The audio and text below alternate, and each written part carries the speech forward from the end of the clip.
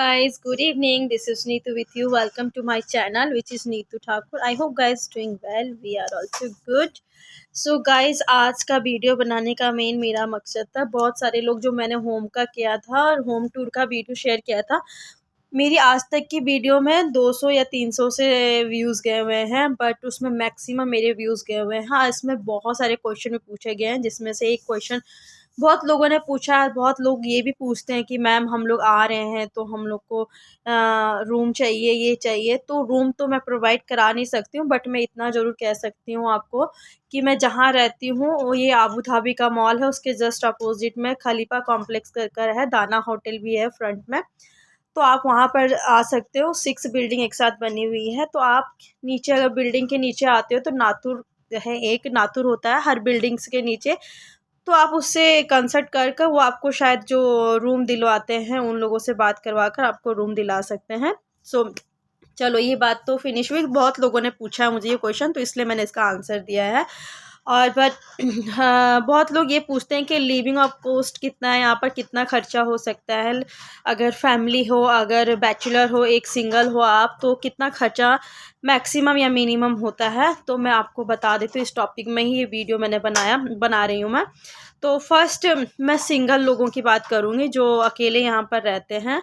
तो सिंगल लोगों के साथ ये है कि वो अगर उनकी बेसिक सैलरी 2000 या 3000 दिरहम है तो अच्छा है, काफ़ी अच्छा है।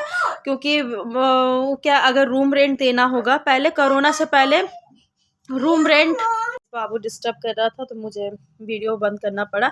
सो गाइस, बात हो रही थी लिविंग और कॉस्ट की, जिसमें मैं बैचलर का सबसे पहले आपको बता देती हूँ। ये वीडियो थोड़ी लंबी होने वाली है, प्लीज़ आप एंड तक ज़रूर देखिएगा वीडियो को। बैचलर लोगों की सैलरी अगर 2000 या 3000 दिरहम है तो उस हिसाब से, अगर आप कोरोना से पहले थोड़ा रूम रेंट एक्सपेंसिव था, और कोरोना के बाद थोड़ा सा रूम रेंट थोड़ा सा कम हुआ है तो महंगाई, बट थोड़ा सा हल्का सा लिविंग कॉस्ट यहाँ पर महंगा ही रहता है। अब यूएई में थोड़ा लिविंग कॉस्ट ज़्यादा महंगा है, बट फिर भी कोरोना के बाद थोड़ा सा 1-2 दिरहम कम हुए हैं। तो पहले जो हम लोग रूम पे रहते थे उसकी अपेक्षा अगर अभी देखा जाए तो अभी थोड़ा हम लोग का कम है। तो अगर बैचलर है तो सिंगल रूम, अगर शेयरिंग लेना चाहते हो 2-3 लड़कों के साथ, तो पर बेड का आई थिंक 600 दिरहम अभी के रेट में है, 6 या 700 दिरहम। वो डिपेंड करता है आप कितने बड़े रूम पे रह रहे हो और कितने लोगों के साथ रह रहे हो। अगर 2-3 लोगों के साथ शेयरिंग में आप रह रहे हो तो 700 दिरहम आपका रूम रेंट चला जाएगा, और लगा लो 5 या 600 दिरहम आपका खाने का चला जाएगा।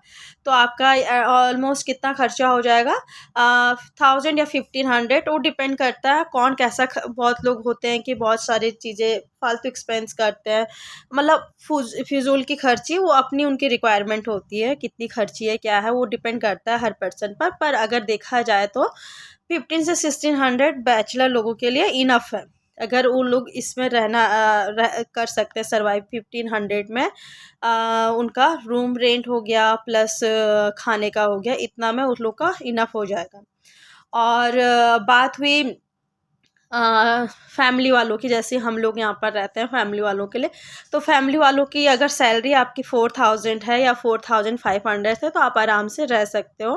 भले उतनी सेविंग होगी नहीं, बट आराम से आप लोग खाना पीना अच्छी लाइफ अपनी जी सकते हो। बट बहुत लोगों के साथ ये है कि जो 4500 भी होती है वो सैलरी अच्छे से सर्वाइव कर लेते हैं, बट बहुत लोगों की ऐसी होती है जो 15000 भी कमा रहे हैं, 20000 भी कमा रहे हैं, बट उन लोगों के लिए हमेशा यही शिकायत होती है, कुछ सेविंग ही नहीं है, कुछ होता ही नहीं है। वो डिपेंड करता है पर्सन, वो रोते ही रहते हैं। जिसको रोना होगा भगवान कितना भी दे दे उसको, फिर भी वो रोता ही रहेगा, क्योंकि उसको कभी संतुष्टि नहीं होती है ना, इनफ नहीं है उनके लिए कितना भी दे दे। तो बहुत सारे लोग होते हैं जो रोते रहते हैं, 40000 भी सैलरी है प्लस 10000 भी सैलरी है तो वो लोग रोते ही रहते हैं। और जो जिनको रहना है अच्छे से, हम लोग की एग्जांपल ले लो, हम लोग भी कम सैलरी में हैं, बट हम लोग सर्वाइव कर रहे हैं यहाँ पर, अच्छे से अपनी ज़िंदगी जी रहे हैं, खाने पीने में कोई कमी नहीं है, अपनी सब लाइफ जीते हैं अच्छे से।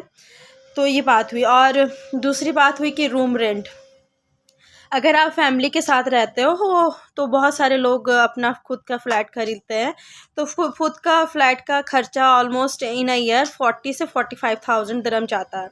अब वो भी डिपेंड करता है आप कौन सी एरिया में रहते हो। बहुत सारे एरिया, दूसरी एरिया में अगर आप एक्सपेंसिव एरिया में रह रहे हो जहाँ पर हर चीज़ की फैसिलिटी है, सब कुछ है, तो 70 से फिर 60 से 70 जिसकी जैसी इनकम होती है उस हिसाब से उस एरिया में अपना फ्लैट ख़रीदते हैं।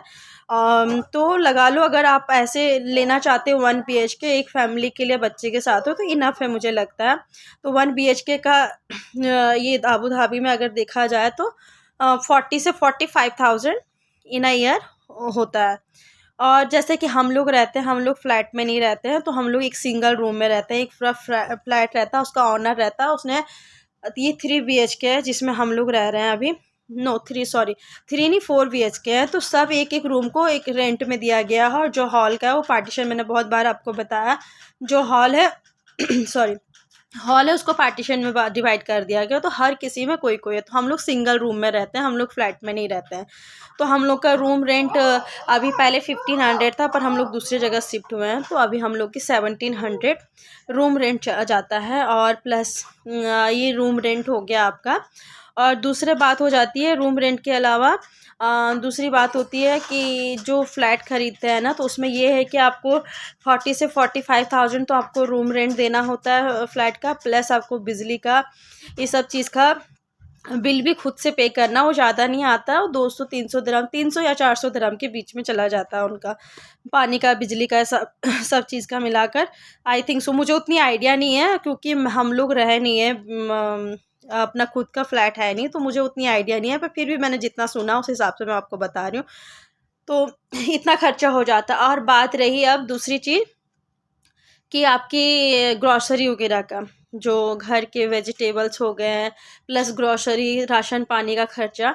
अगर आप फैमिली के साथ रह रहे हो तो फैमिली के साथ अगर आप रह रहे हो तो आपका, मैंने बोला आपको, ऐसे पहले भी बोला मैंने, वो डिपेंड करता है कौन कितना एक्सपेंस करता है। तो मेरे हिसाब से अगर आप फैमिली के साथ रह रहे हो तो महीने का आपका ये वेजिटेबल्स हो गए, प्लस ये आपका घर का ग्रॉसरी वगैरह का खर्चा, मुझे लगता है 1500 में इनफ हो जाएगा। 1500 में हो जाएगा। 1000, बहुत लोग तो 1000 में भी हो जाता है, बहुत लोग का इससे भी कम पे होता है, वो डिपेंड करता है। बट मैं अपने हिसाब से बता रही हूँ कि इतना 1500 इनफ है। तो अगर आपकी 4000 दिरहम सैलरी है, तो अगर आप 2000 रूम रेंट भी देते हो या 1700, मेरा जैसा 1700 रूम रेंट है, और प्लस 1500 आपका इसमें हो गया, तो काफ़ी हो जाता है। पर बस सेविंग उतनी नहीं होगी, 20-25 हज़ार होगी सेविंग। अगर हस्बैंड वाइफ दोनों काम कर रहे हो तब तो अच्छी खासी सेविंग हो सकती है। अगर हस्बैंड अकेले हैं तो वो डिपेंड करता है। इतनी सैलरी के अंतर्गत मैं बता रही हूँ आपको। और जिसकी सैलरी ज़्यादा है तो वो, बहुत लोगों का होता है कि सैलरी ज़्यादा भी होती है तब भी वो लोग सेविंग नहीं कर पाते हैं। बहुत लोगों का ये होता है सैलरी कम होती है तब भी वो सेविंग कर लेते हैं। तो ये बात है। और रही बात दूसरी, ये आपकी कार वगैरह का है, अगर आपका अपना कार है या कुछ है, तो वो कार है तो आप लोगों का, मुझे उसका आइडिया उतना नहीं है गाइस कि कितना खर्चा उसमें होगा, क्या होगा। पर यह है कि पेट्रोल डीजल का रेट यहाँ पर, जहाँ तक मुझे पता है कि उतना एक्सपेंसिव नहीं है, तो मुझे नहीं लगता उसमें उतना खर्चा होगा। तो ये सारे रूम के रेंट के हैं। और प्लस आपके अगर अपने पर्सनल खर्चे भी, अगर आप पर्सनल खर्चे भी अगर करते हो यहाँ पर, तो ज़्यादा से ज़्यादा कितने कर सकते हो आप? अगर शॉपिंग वॉपिंग करते हो तो हर महीने तो हर कोई करता नहीं है। तो मेन तो आपका ग्रॉसरी हो गया और प्लस रूम रेंट हो गया। तो अगर ये चीज़ जा रही है, अगर आप एक सिंगल रूम में रह रहे हो तो इसमें इतना खर्चा है। अगर आप 1 BHK रूम पे रह रहे हो तो उसका मैंने बता दिया कि कितना खर्चा ऑलमोस्ट हो सकता है। तो ये रहा रूम रेंट का, ग्रॉसरी का, ये सब चीज़ का। और प्लस आपका ये गैस का हो गया। अगर बहुत लोगों का ये होता है कि गैस या खाना पकाने का क्या है, तो यहाँ पर इलेक्ट्रिक का है, मतलब पाइपलाइन वाली जो गैस होती है वो भी है। बट उसमें कितना बिल आ जाता है मंथली का, उसका मंथली का 100 से 20 दिरहम तक का बिल आ जाता है। तो उसमें जो थोड़ा ज़्यादा एक्सपेंसिव होता है। तो बहुत सारे यहाँ पर जो ऑनर लोग हैं उन लोगों ने क्या किया है, सिलेंडर लाना स्टार्ट कर दिया। तो सिलेंडर यूज़ करते हैं। सिलेंडर आपका एक सिलेंडर 55 दिरहम का पड़ता है। जब मैं पहले वाली फ्लैट में रहती थी तो मुझे सिलेंडर का पैसा नहीं देना होता था, वो इंक्लूड रहता था आपका टोटल रूम रेंट में। बट यहाँ पर मैं जब से शिफ्ट हुई तो मुझे यहाँ पर गैस का ही पैसा देना पड़ता। वो इन अ मंथ, मेरे को लगता है 1.5 महीने में एक सिलेंडर आपका 1.5 महीना एटलीस्ट या 1 महीना चली जाता है। Okay, I will change. Sorry guys. तो उतना चल जाता है। और प्लस वाईफाई का बात हो गया, अगर आपका अपना खुद का फ्लैट है तो वाईफाई का कनेक्शन का मुझे लगता है 400 से 500 दिरहम तक का आपका इतिसलात हो गया, डू हो गया, इसका कनेक्शन हो गया, तो इतना खर्चा हो जाता है। और अगर अगर आप फ्लैट में रहते हो तो रूम, वो जो आपका वाईफाई का कनेक्शन है वो अनलिमिटेड है, उसमें कोई लिमिट नहीं है, आप चाहे तो कितना भी स्पेंड कर सकते हो। वो रूम रेंट के अंदर ही आता है, आपको वाईफाई का अलग से पैसा नहीं देना होगा अगर आप सिंगल रूम में रह रहे हो तो। अगर फ्लैट में रहते हो तो उसका एक्सपेंस आपको देना पड़ेगा।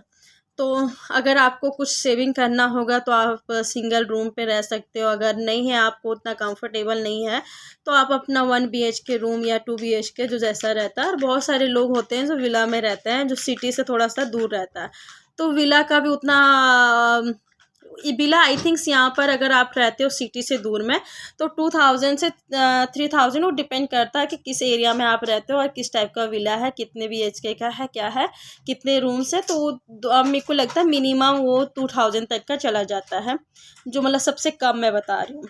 तो ये टोटल खर्चे हैं यहाँ पर।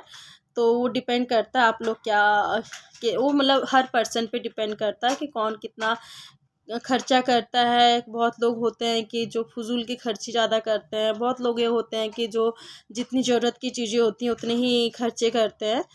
तो ये सारी चीज़ें इसमें। सो आई होप आप लोगों को ये इन्फॉर्मेशन अच्छी लगी होगी। प्लीज़ अगर अच्छी लगी है तो कमेंट भी कीजिएगा और लाइक शेयर एंड सब्सक्राइब भी कीजिएगा। Okay, bye bye. मैंने तो वीडियो बना दिया, बट मैंने उसमें ये जो फैमिली के साथ आएंगे, जिसकी फैमिली है और बच्चे हैं, पढ़ाई लिखाई का खर्चा, एजुकेशन का क्या खर्चा है यहाँ पर। सो गाइस, मैंने जैसा बता दिया, अगर आप 1 BHK फ्लैट ख़रीदना चाहते हैं तो उसका 40 से 45,000, वो डिपेंड करता है एरिया पे, 40 से 45,000 दरम आपका उसमें चला जाएगा। फिर गैस का खर्चा है, बिजली का खर्चा है, ये सारी चीज़ें आपको उसमें अपने से देनी होगी। और अगर आप सिंगल रूम में रहते हो तो आपको 2000 तक, जैसे कि हम लोग 1700 देते हैं, बहुत लोग अगर इससे बड़ी रूम पे जो अटैच वॉशरूम वाला होता है उसके साथ रहोगे तो 2000 या 2500 तक का रूम रेंट रहेगा। तो रूम रेंट इतना रहेगा, उसमें वाईफाई सब कुछ आपको रूम रेंट में ही इंक्लूडेड होगा। बहुत जगह में सिलेंडर प्रोवाइड करवाते हैं रूम रेंट के अंदर ही, बहुत जगह आपको सिलेंडर का अलग से पैसा देना होता है। तो जैसे कि अभी हम लोग अपना पैसा खुद का दे रहे हैं। और प्लस एजुकेशन का हो गया, ये एजुकेशन का आपका क्या है, अगर आप जैसे कि मैं इंडियन हूँ, बहुत सारी स्कूल्स हैं यहाँ पर, जैसे कि ब्रिटिश स्कूल है, ऑस्ट्रेलियन है, कैनेडियन है, प्लस इंडियन स्कूल है। तो अगर इंडियन स्कूल की बात मैं करूँ तो इंडियन स्कूल की बात मैं करूँ तो 1000 से 1000 से 1200 या 1500 के बीच में खर्चा होगा। मतलब उसमें आपका आई थिंक बस भी इंक्लूड, मुझे उतना आइडिया नहीं है क्योंकि मेरा बेटा अभी छोटा है, अभी वो स्कूल नहीं जा रहा है। अभी इसको 3 ईयर कंप्लीट हुए हैं, 4 ईयर कंप्लीट होने के बाद ही मैं भेज सकती हूँ। तो मेरे को जहाँ तक मुझे इन्फॉर्मेशन है उस हिसाब से मैं आपको बता रही हूँ कि 1500 तक का आपको, आई थिंक 12 से 1500 तक का खर्चा इन अ मंथ आएगा इंडियन स्कूल का। अगर आप, डिपेंड करता है आप ब्रिटिश या कैनेडियन कौन सी स्कूल में भेज रहे हो, उसका थोड़ा एक्सपेंसिव है। अगर मैं ऐसे बात करूँ तो 1000 से 5000 तक का खर्चा हो सकता है एजुकेशन में। वो डिपेंड करता है स्कूल का। एज मेरे को जहाँ तक लगता है इंडियन स्कूल का 1000 से 1200 दरम या 1500, ज़्यादातर लेकर चलो तो 1500 तक का खर्चा आपका स्कूल का हो गया। तो 1500 स्कूल का हो गया, 2000 या 2500 रूम रेंट हो गया, और प्लस एक्स्ट्रा जो आपका 1000 से 1500 तक का आपका ग्रॉसरी या आपके जो फालतू की फिजूल की खर्ची है, या कुछ एक्स्ट्रा भी हो सकता है। बहुत लोग के अपनी बहुत लोगों को अपना जीने का स्टाइल सबका अलग अलग होता है, तो उस हिसाब से डिपेंड करता है। तो ये फिजूल नहीं बोलेंगे, बहुत लोगों को है थोड़ा सा रहने का अलग, अपना अपना तरीका होता है रहने का। तो ये टोटल इतना खर्चा है। अगर आप इसको प्लस कर सकते तो उसमें आप मेरे को आई होप, मुझे लगता है कि आप लोग को समझ में आ गया होगा कि फैमिली के साथ अगर आप रहते हैं तो कितना कॉस्ट होता है, और अगर आप बैचलर हो तो कितना कॉस्ट होता है। सो आई होप आप लोग को ये वीडियो अच्छी लगी हो। तो मैंने इसमें पहले भी बोल दिया है कि वीडियो अच्छी लगी हो तो लाइक सब्सक्राइब कीजिएगा। सो प्लीज़ आप लोगों से रिक्वेस्ट है, जितना हो सके शेयर कीजिएगा अगर आपको मेरी वीडियो अच्छी लगी हो। अगर ये इन्फॉर्मेशन, आई होप मैंने आप लोग को मतलब समझाने का प्रयास तो किया, आई होप आप लोग को समझ में भी आ गया होगा। तो अगर जिसको समझ में आया है तो प्लीज़ एक कमेंट जरूर कर दीजिएगा। बाय बाय, फिर मिलते हैं नेक्स्ट वीडियो में।